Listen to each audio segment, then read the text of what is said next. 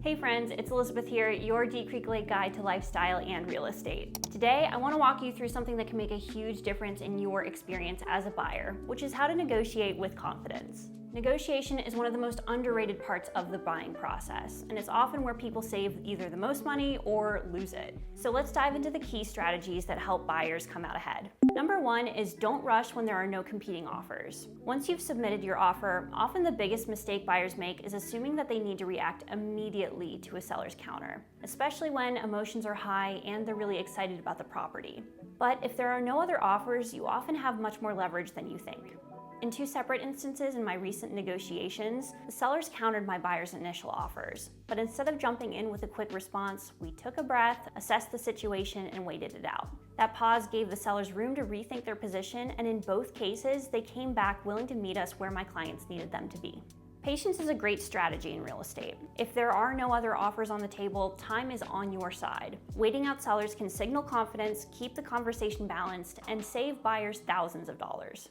Number two is know the seller's motivation. Before you ever write an offer, it's really important to look at how long the property has been on the market and any recent price reductions. Often sellers will not disclose why they're moving or want to give away any personal details that will show how motivated they are, which is really smart. There are some details in the property history that might give away a seller's motivation if they aren't actively disclosing their position, such as if the listing has been on the market for a long time, has undergone several price reductions or one dramatic price reduction, has been on and off the market over the years, has gone under contract and is back on the market. And if that's the case, see if you can get a copy of the home inspections that were completed and be sure to ask why the offer fell apart.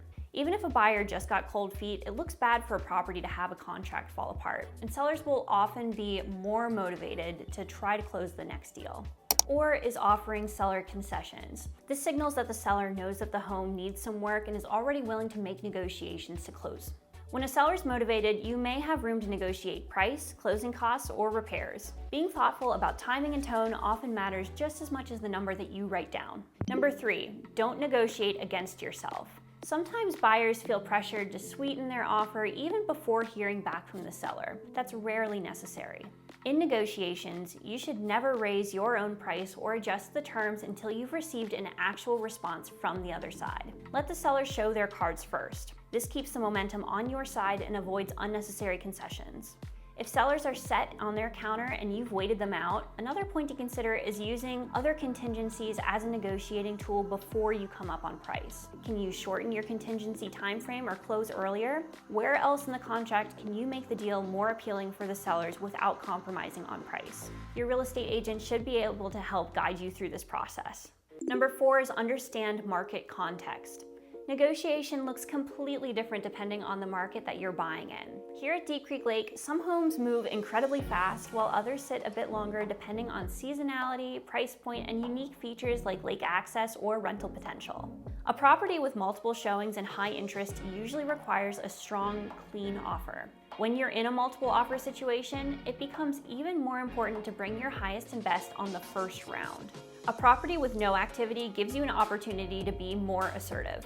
Knowing the difference is everything, and that's where having a local agent really matters. And number five is lean on your agent's strategy. A big part of my job is reading the room, recognizing patterns, understanding the seller's energy, watching for pressure points, and timing responses in a way that strengthens your position. Every transaction's different, but when your agent's tuned in, thoughtful, and calm under pressure, your negotiations become so much more successful. It's also extremely advantageous to be represented by an agent exclusively as a buyer, rather than going to the listing agent directly. One thing I always remind buyers is that you deserve someone in your corner, someone whose only job is to protect your interests. Buying a home, especially in a unique market like Deep Creek Lake, comes with a lot of different moving parts, details, and negotiations. And just like you wouldn't walk into a legal situation without someone who understands the system and is only there for you, you definitely shouldn't go into a real estate transaction without dedicated representation either. It's not about being adversarial, it's about having guidance, support, and someone who knows how to navigate the process on your behalf. The listing agent is there to represent the seller, and that's their job. Your buyer's agent is there to represent you, to slow things down when needed, negotiate strategically, and help you make decisions with confidence. When you have someone who knows the local market, understands the nuances, and puts your interests first, everything becomes clearer, smoother, and far less stressful. And you deserve that kind of support. Thanks so much for joining me today. If you're thinking about buying or selling in the Deep Creek Lake area, I'd love to help. My name's Elizabeth Ware and I'm with Railey Realty. Be sure to like and subscribe to follow along for more Deep Creek Lake lifestyle and real estate content, and I'll see you in the next one.